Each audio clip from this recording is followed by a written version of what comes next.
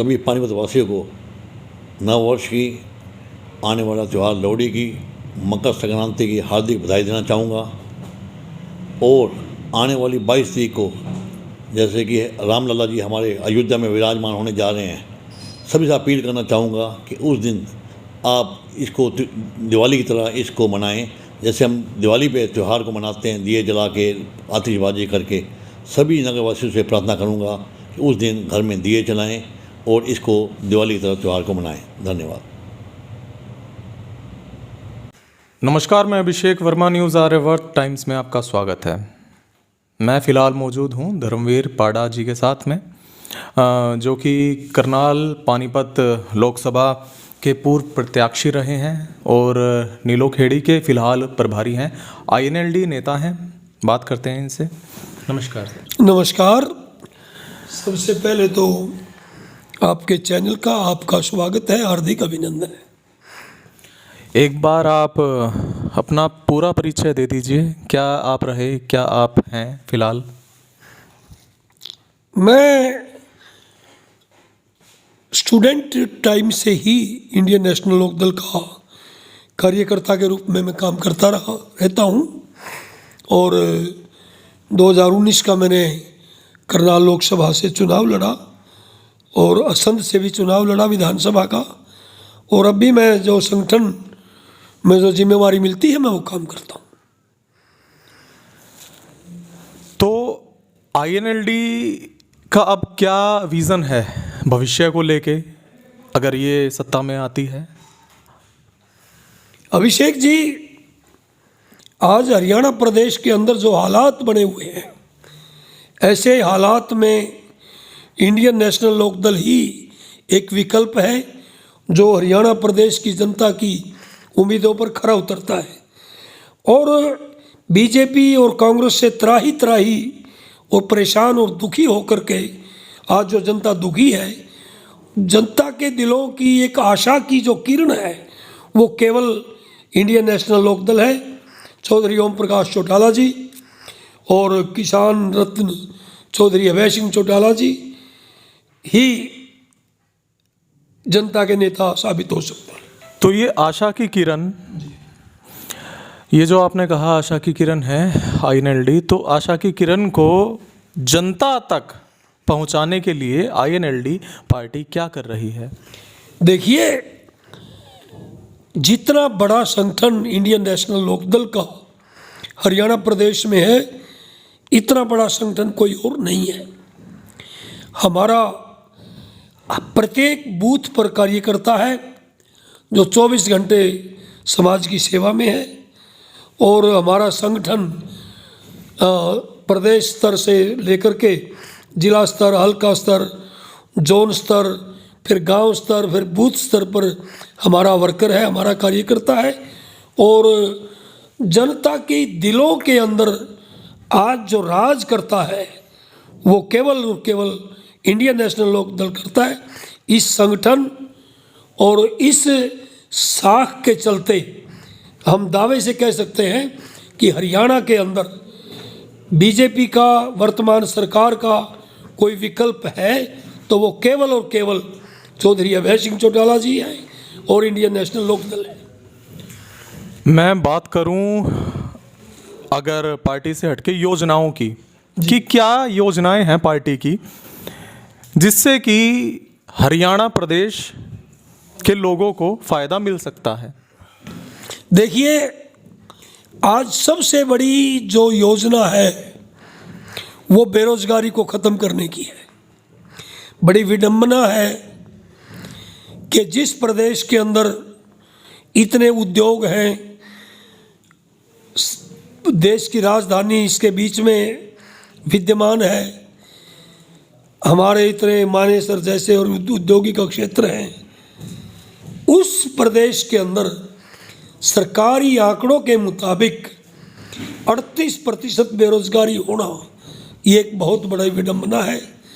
और इसी के मद्देनज़र चौधरी ओम प्रकाश चौटाला जी ने और चौधरी अभय सिंह चौटाला जी ने और पार्टी के प्रदेश के शीर्ष नेतृत्व ने ये तय किया है कि हम सरकार आते ही हम बेरोजगारी को दूर करेंगे। और जब तक उनको डायरेक्ट रोजगार नहीं दिया जाता बेरोजगार नवयुवकों को 21,000 रुपये प्रति बेरोजगार युवक उसको मंथली हम देंगे। दूसरा, किसानों के ऊपर जो आज लोड है, जो बिजली के भारी बिल आ रहे हैं गरीब लोगों के, उसको हम ख़त्म करेंगे और 500 रुपये से ऊपर कोई बिल नहीं आएगा। तीसरा, बेरोजगारी की, हरियाणा के अंदर इतने शिक्षित बेरोजगार नवयुवक हैं, जबकि कम से कम 5 लाख वैकेंसी आज हरियाणा प्रदेश के अंदर मौजूद है। एक तरफ करोड़ों लोग, करोड़ों बच्चे बेरोजगार हैं, हम उनको उन नौकरियों में एडजस्ट करेंगे और प्रदेश के अंदर रोजगार करेंगे।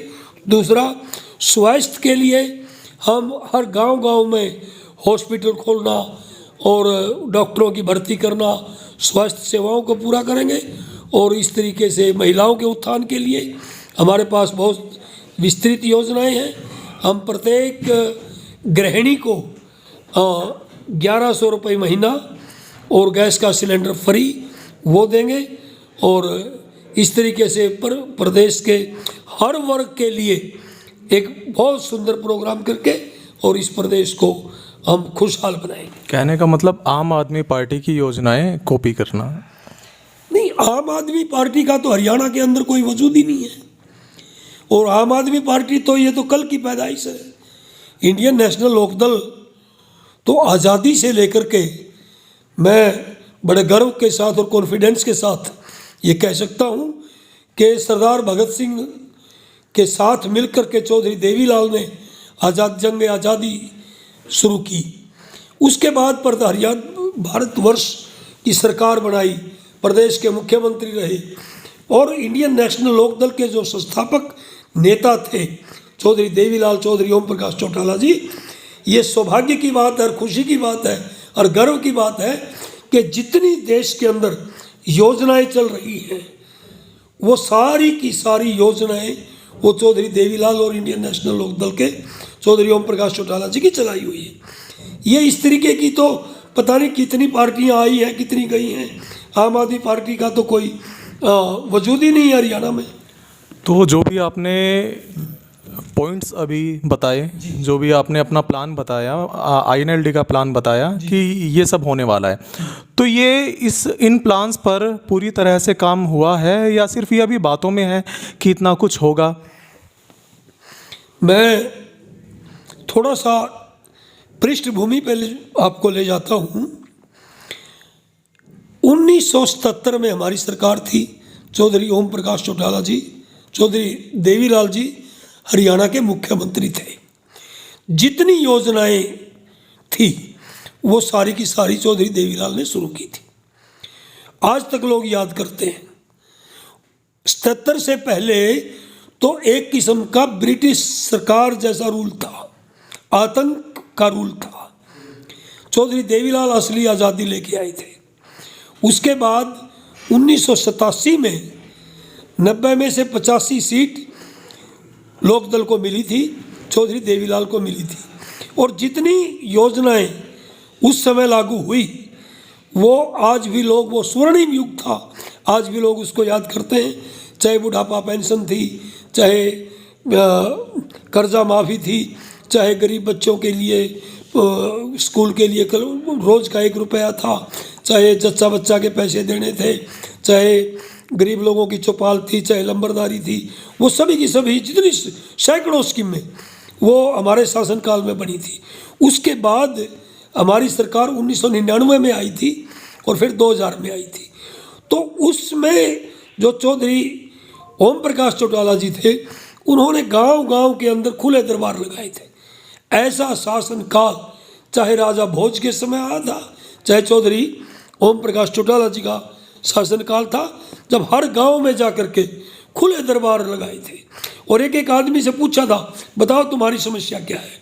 और अभिषेक जी, आप तो नौजवान हैं, आपको याद नहीं है, हर साल हर एक गांव में चौटाला साहब गए थे और लगातार 5 साल निरंतर गए थे।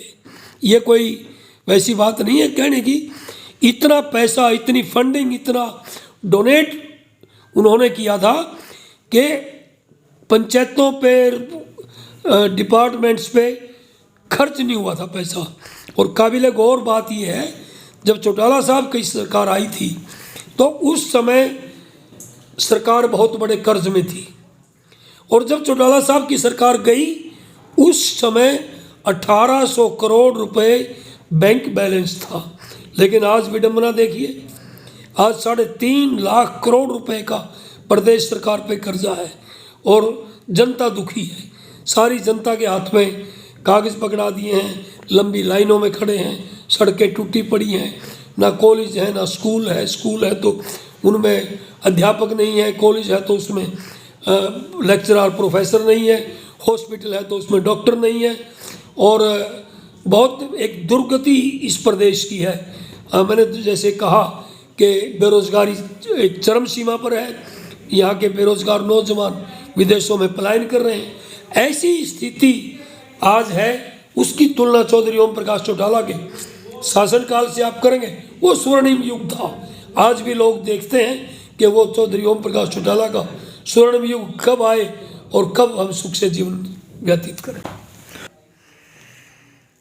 मैं एक पॉइंट क्लियर करना चाहूँगा आपसे। कुछ देर पहले आपने कहा कि बेरोज़गार युवाओं को हर महीने 21,000 रुपये हमारी सरकार देगी अगर आ जाती है तो ये तो दुर्भाग्य की नहीं, ये तो सौभाग्य की बात होगी युवाओं के लिए कि जिसको नौकरी अगर मिल भी रही होगी तो वो क्यों करेगा 10,000 की भी नौकरी। क्योंकि अगर मैं बात करूँ पे स्केल की, एवरेज पे स्केल 15,000 भी नहीं है।